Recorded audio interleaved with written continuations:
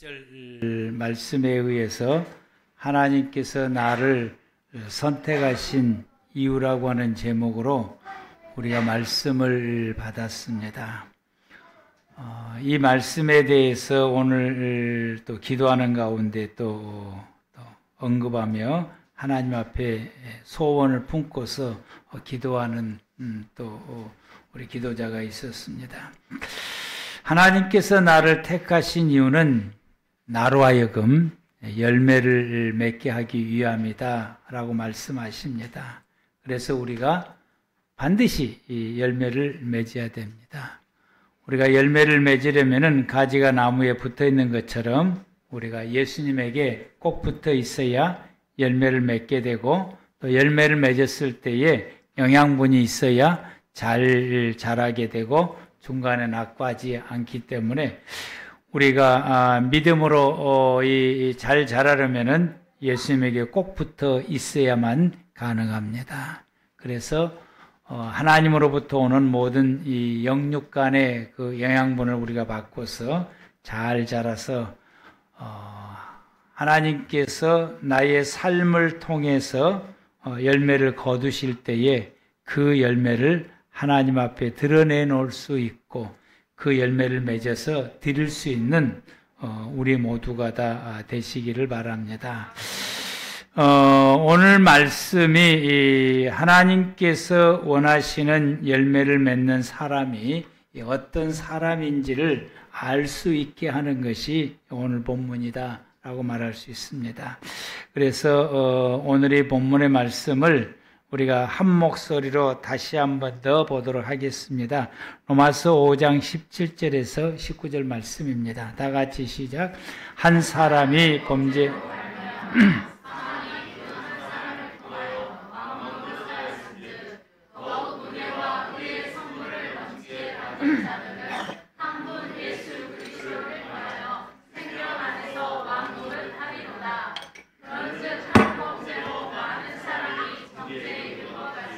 한 의로운 행위로 말미암아 많은 사람이 의롭다 하심을 받아 생명에 이르렀느니라. 한 사람이 순종하지 아니함으로 많은 사람이 죄인 된 것 같이 한 사람이 순종하심으로 많은 사람이 의인이 되리라. 아멘. 이 본문의 말씀을 통해서 오늘 말씀의 제목이 한 사람의 의에라고 하는 말씀의 제목을 가지고 우리가 하나님의 말씀을 받도록 하겠습니다. 한 사람이 하나님의 말씀에 불순종함으로 인하여서 죄인이 되었고, 이로 인해서 모든 인류를 죄인이 되게 만들었습니다.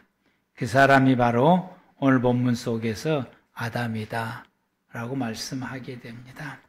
아담의 한 사람이 하나님의 말씀에 불순종함으로 인하여서 그가 하나님께 죄를 지게 되었고, 그 결과로 인하여서 모든 인류에게 죄가 들어오게 하고, 그로 인하여서 모든 인류를 죄를 짓는 죄인이 되게 만듭니다. 이 죄를 우리는 원죄라고 말하게 되고, 이로 인하여서 모든 사람들이 죄를 짓기 시작하게 됩니다. 그래서 그 결과로 인하여서 모든 인류에게 불행과 저주가 오게 만든 것입니다. 그때부터서 모든 사람들은 계속해서 죄를 짓게 되고, 그 죄로 인하여서 그들의 삶이 불행해지게 되고, 또 그들의 삶이 고통을 받게 되고, 그들의 삶이 멸망의 길로 치닫게 되는 이런 불상사가 인류의 삶 가운데서 들어오게 됩니다. 이 모든 것은 아담 한 사람이 하나님의 말씀을 불순종함으로 통해서 이루어진 결과인 것입니다. 이와 같은 일들이 성경의 곳곳에서 한 사람으로 인하여서 이런 어려움을 겪게 되는 그가 속한 모든 공동체들이 어려움을 겪게 되는 그런 모습들을 성경을 통해서 우리에게 보여줍니다. 여호수아 7장 말씀을 보게 되면은 이스라엘 백성들이 기적적으로 여리고성을 점령을 하게 되지요. 이어서 아이성까지 공격을 하게 되는데 여리고성보다 몇 배나 적은 이 아이성을 점령하지 못하고 패배하게 됩니다. 그래서 이 아이성의 공격으로 인하여서 유대 백성들이 36명이나 전사하게 되는 일이 벌어지게 됩니다. 여리고 전투에서는 단 한 명도 부상자도 전사자도 없었는데 그보다 적은 이 아이성을 공격하는 데 있어서 그 공격에서 패배하게 되고 그리고 36명이나 전사하게 됩니다. 유대 백성들이 큰 충격에 빠지게 됩니다. 어찌 이럴 수 있단 말인가?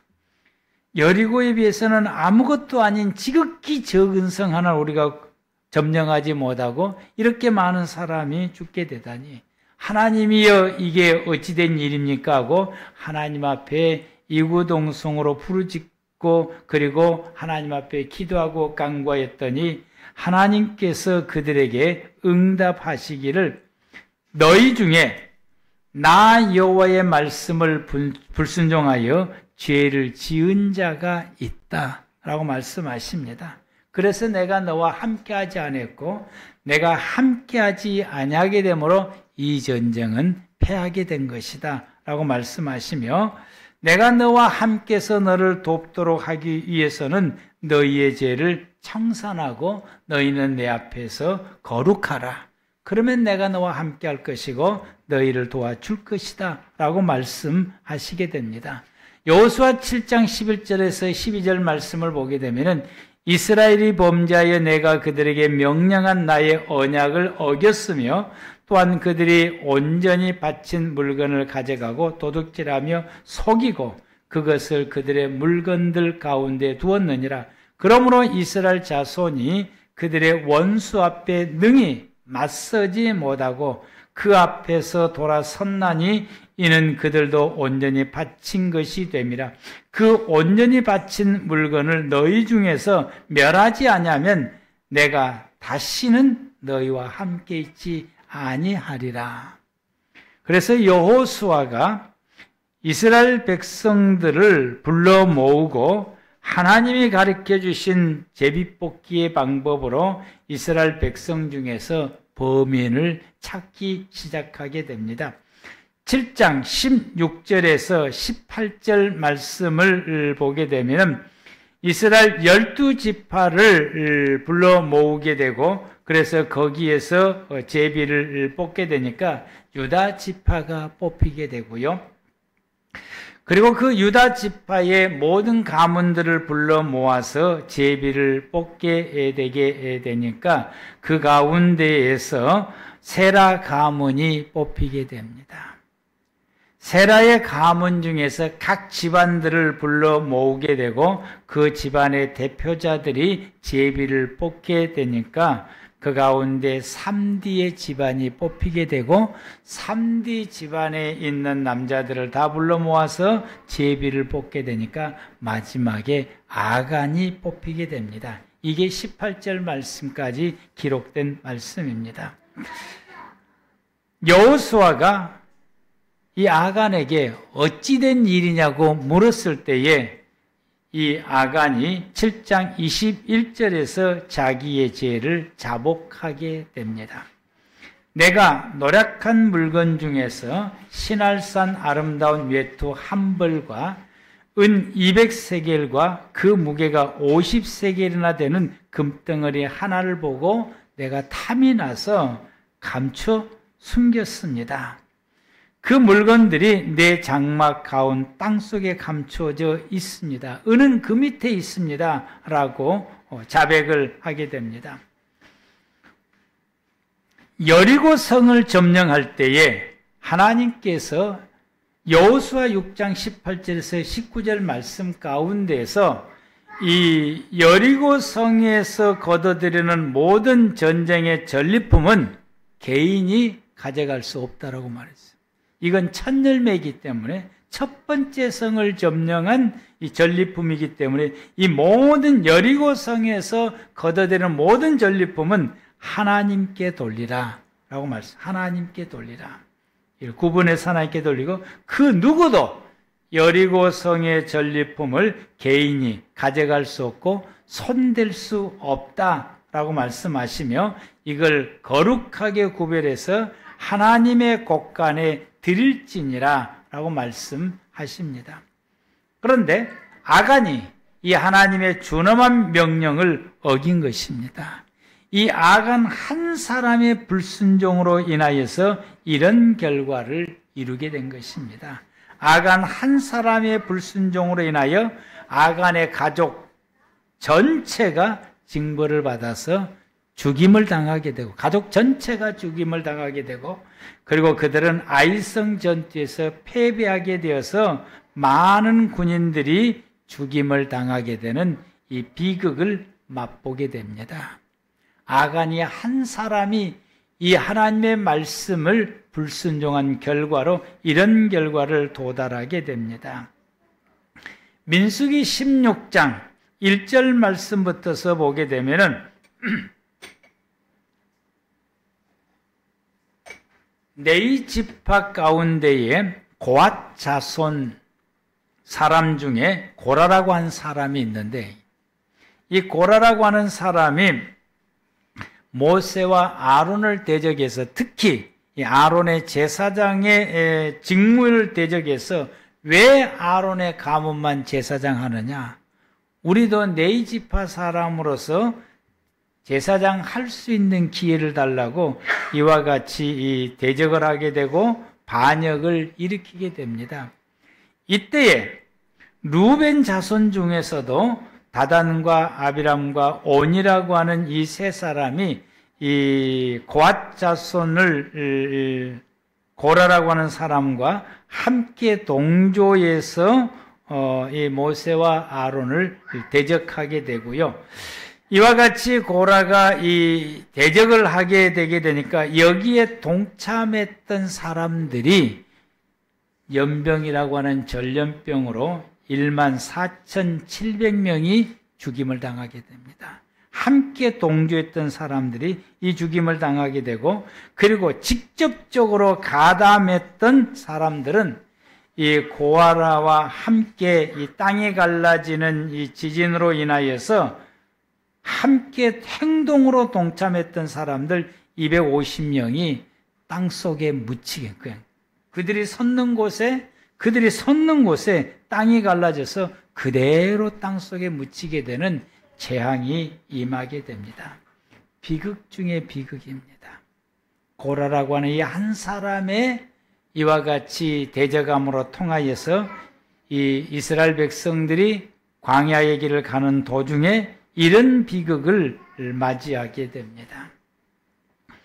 오늘 이 본문은 인류의 불행의 원인을 말씀하심과 동시에 희망의 말씀을 또 주기도 합니다. 인류의 불행의 원인은 하나님의 말씀의 불순종을 통해서 온다라고 하는 것이요. 단 한 사람의 불순종으로 인해서 그가 속해 있는 모든 사람들이 같이 불행을 겪게 될 것이다 라고 말씀하시게 되고 한 사람이 순종하게 되면은 그들의 삶 가운데 하나님의 은혜와 복이 임하는 희망의 말씀도 동시에 주게 됩니다. 이 한 사람에 의해서 그들 가운데 희망을 안겨줄 수 있다라고 말씀하시게 됩니다. 우리가 오늘 이 본문의 말씀을 다시 한번 보게 되게 되면은 한 사람의 범죄로 말미암아 사망이 그 한 사람을 통하여 왕노를 하였은즉 한 사람의 불순종으로 인하여서 인생의 불행이 왔다라고 하는 그 불행의 원인에 대해서 말씀함과 동시에 더욱 은혜와 의의 선물이 넘치는 자의 한 분 예수 그리스도를 통해서 생명 안에서 왕노하리라 라고 말씀하시고 18절에서는 한 의로운 행위로 말미암아 많은 사람이 의롭다 하심을 받아 생명에 이르게 되고 한 사람이 순종하지 아니함으로 많은 사람이 죄인 된 것 같이 한 사람이 순종하심으로 많은 사람이 의인이 되리라 라고 말씀하시게 됩니다.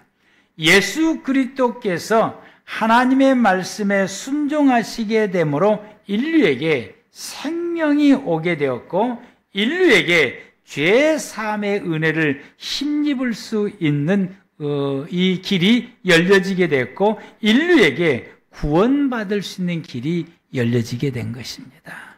예수님이 한 분이 순종하심을 통해서 이 길이 열려졌음을 우리에게 말씀하여 주시게 됩니다. 하나님의 말씀에 순종한 요나에 의해서 범죄했던 니느웨 성이 하나님의 심판을 받아서 멸망 직전에 있게 됐는데 하나님께서 요나에게 말씀하시기를 너는 니느웨 성에 가서 나의 말을 전하라 라고 했을 때 요나가 처음에는 불순종했으나 하나님의 강권적인 말씀에 의해서 복종하여 그가 니느웨에 가서 하나님의 복음의 메시지를 전하는 순종을 하게 됩니다. 요나의 순종으로 인하여서 요나가 니느웨 성 사람들에게 하나님의 복음의 말씀을 외쳐 그들에게 전파했을 때에 니느웨 성 사람들이 그 말씀을 받고 회개하여 돌아서게 되므로 니느웨 성이 멸망 직전에 이와 같이 구원을 받는 놀라운 은혜를 힘입게 됩니다. 요나의 한 사람의 순종으로 이 니느웨 성이 구원받는 은혜를 힘입게 됩니다. 아브라함이라고 하는 사람이 하나님의 말씀에 순종하여 나아가게 되게 되니까 아브라함에 의해서 그의 후손들이 이스라엘 민족, 하나님의 후손이라고 하는 민족이 탄생을 하게 됩니다. 아브라함이 하나님의 말씀을 순종하여 생활하게 됨으로 통하여서 그의 후손들이 하나님의 백성인 선민이 되는 은혜를 힘입게 됩니다. 그래서 아브라함은 갔으나 그의 후손들이 하나님과 함께 동행하며 생활하게 되고 하나님의 돌보신 가운데서 살아가는 민족이 되었으며 하나님과 함께 살아가는 하나님의 사람들인 공동체가 되게 되었고 아브라함이 순종하였더니 그의 후손들이 이런 놀라운 은혜와 복을 받게 됩니다. 바울이 하나님의 말씀에 순종하게 되니까 이 바울의 한 사람을 통해서 수많은 교회가 세워지게 되었고 수많은 사람들이 예수 믿어 구원받게 되었고 바울이 이와 같이 복음을 전함으로 통해서 수많은 교회가 기틀이 되어서 온 세계에 기독교의 복음화가 되는 기틀이 세워지기도 했습니다.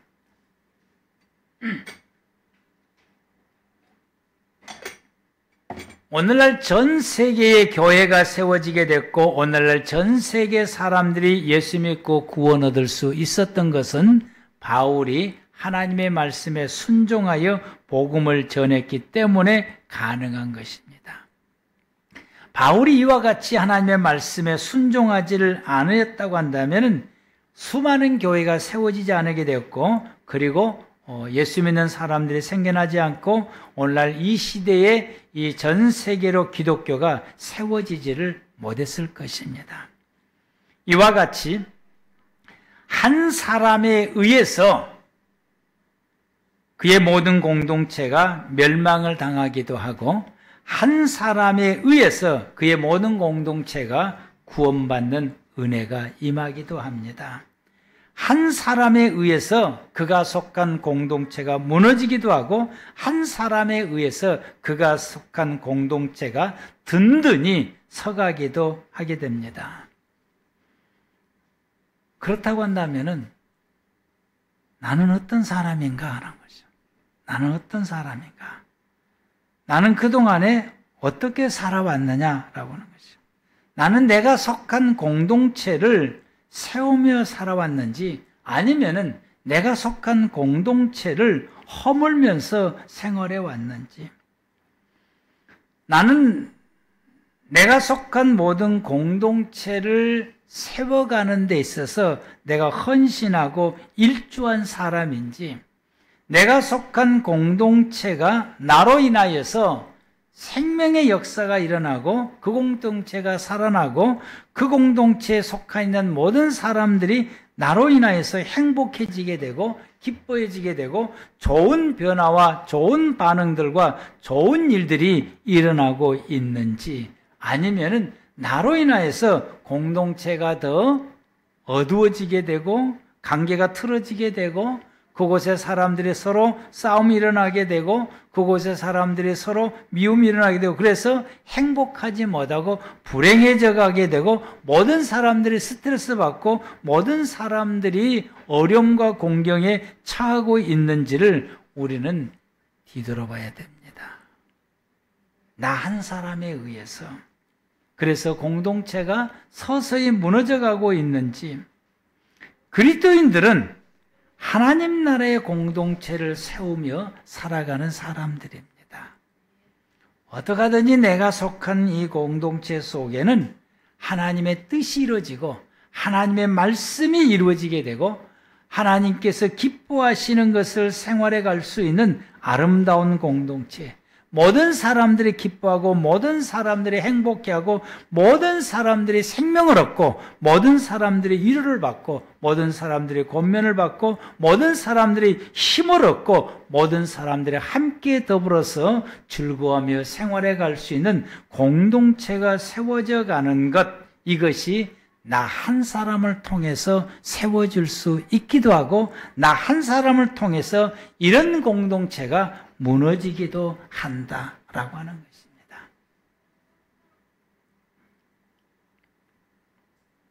우리 공동체가 1년 전인지 2년 전인지 어떤 사람이 세교인이 들어왔는데 들어온 날부터서 우리가 스트레스를 너무 많이 받은 것 같아요. 얼마나 힘들고 어려웠는지. 근데 가불고 나니까 얼마나 편한지 모르겠어요. 그 한 사람 때문에 온 교회가 성도들이 정말 이 마음이 너무 힘들고 어렵고 시끄러운 이것이 끊이지 않았는데 그 한 사람이 가고 나니까 이렇게 편안하고 그래서 한 사람 때문에 그렇게 된다. 한 사람 때문에. 나 때문에 내가 속한 공동체가 생명의 공동체가 되게 하는 것, 그것이 그리스도인의 사명이에요. 내 사명이기도 하고요. 나 때문에 내가 속한 공동체 모든 일원들이 행복해질 수 있고 즐거워할 수 있고 기뻐할 수 있고 나 때문에 내가 속한 이 공동체의 모든 사람들 속에 하나님의 구원의 역사가 일어날 수가 있습니다. 한 사람 때문에 그가 속한 공동체의 운명이 이와 같이 좌우된다라고 하는 것입니다. 나 때문에 조용하고 행복했던 공동체가 이와 같이 어지러운 소용돌이 속으로 빠져들 수 있고 모든 사람들이 아파하고 힘들어하고 스트레스 받고 괴로워하는 그런 공동체가 될 수도 있어요. 바로 한 사람 때문에, 아담 때문에 모든 인류의 죄가 왔던 것처럼, 그리고 이 고라 때문에 이스라엘 민족이 멸망을 당하고 죽임을 당하는 것처럼 아간 때문에 집안이 풍지박산나고 유대 백성들이 멀쩡한 사람들이 죽임을 당하게 되는 이런 일이 오는 것이 나 한 사람 때문에 이런 일이 올 수도 있다라고. 내 한 사람이 하나님 앞에 바로 서지 못하게 되면은 내가 속한 모든 공동체가 일어날 수 있습니다. 내가 하나님 앞에 바로 서게 되고 온전한 하나님 말씀에 순종하고 복종하고 말씀 따라서 우리가 생활하게 되면은 내가 속한 모든 공동체가 나로 인해서 생명을 얻게 되고 구원을 얻게 되고 나로 인해서 모든 공동체 사람들이 기뻐하고 행복해하고 힘들 때 힘을 얻게 되고 외로울 때에 위로를 받게 되고 나 한 사람으로 인하여서 내 주변의 모든 사람들이 살아날 수 있는 생명의 역사가 일어나게 됩니다.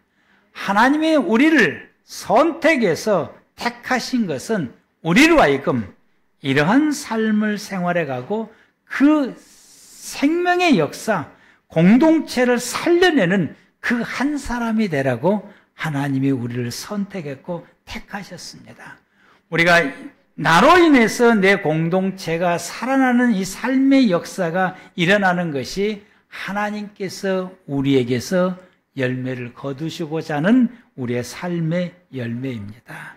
이 열매를 맺어드리는 우리 모두가 다 되기를 축복합니다. 기도하시겠습니다.